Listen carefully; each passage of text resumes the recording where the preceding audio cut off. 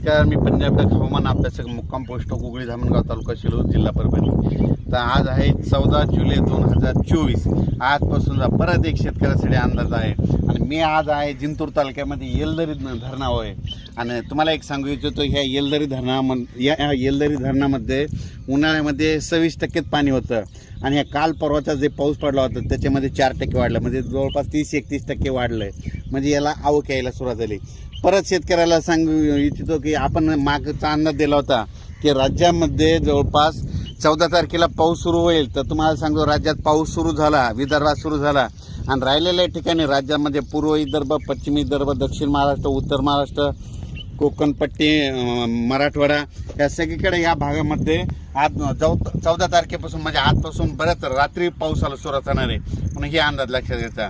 परत एक सर्वांना सांगू इच्छितो, कोकणात देखील मुसळधार पाऊस पडणार आहे, म्हणून कोकणपट्टीच्या लोकांना देखील काळजी घ्यायची गरज आहे. त्याच्यानंतर सगळ्यात महत्त्वाचं म्हणजे मुंबईला ह्यामध्ये ह्या 4-5 दिवसात म्हणजे 14 ते 8च्या दरम्यान अतिवृष्टी होणार आहे, मुसळधार पाऊस पडणार आहे.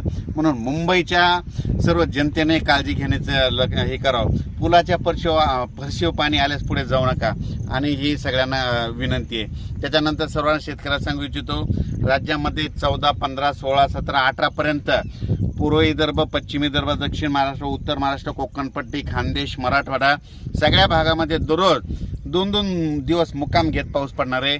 म्हणून हा अंदाज लक्षात घ्यायचा. परत पुन्हा आणखीन एक सांगू इच्छितो, त्याच्यानंतर 21 तारखेपासून 21 जुलै ते 26 जुलैच्या दरम्यान परत एक चांगला पाऊस येणार आहे. म्हणून हे अंदाज लक्षात घ्यायचा.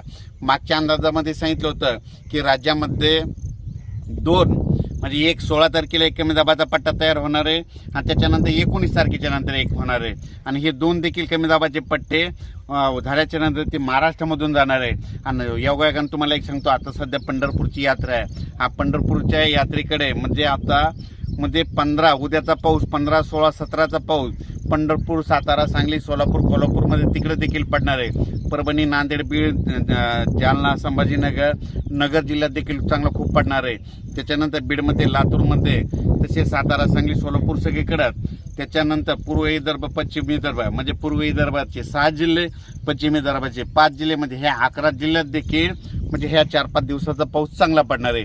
म्हणून हे सर्वांनी लक्षात घ्यायचं. राज्यात एकंदरीत परिस्थिती बघायची झाली तर राज्यामध्ये 14 तारखे म्हणजे आजपासून ते 26 तारखेपर्यंत दररोज वेगवेगळ्या भागात चांगला पाऊस पडणार आहे आणि शेतकऱ्याच्या पिकाला जीवदान भेटणार आहे.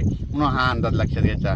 अचानक वातावरणात बदल झाला तर लगेच एक मेसेज दिला जाईल. पण या पावसामध्ये म्हणजे आज 14 जुलै ते 26 जुलैच्या पावसामध्ये जे छोटे छोटे तळे असतील ते भरून जातील, पण मोठे मोठे असे जे धरण असं त्याच्यात 2-3% मात्र पाण्याची आवक येणार आहे. म्हणून हा अंदाज लक्षात घ्यायचा. परत सर्व शेतकऱ्याला सांगू इच्छितो की काय होईल, पाऊस पडल्याच्या नंतर वड्या नाल्याला पाणी येईल, पुलावर पाणी येईल आणि आपले शेतकरी काय करतात की ते पूल ओलांडून जातात. माझी विनंती आहे की पुलाच्या फरशीवर पाणी आल्यास पुढे जाऊ नका. म्हणून ही सर्वांना कळकळीची विनंती. अचानक वातावरणात बदल झाला लगेच एक मेसेज दिला जाईल. धन्यवाद.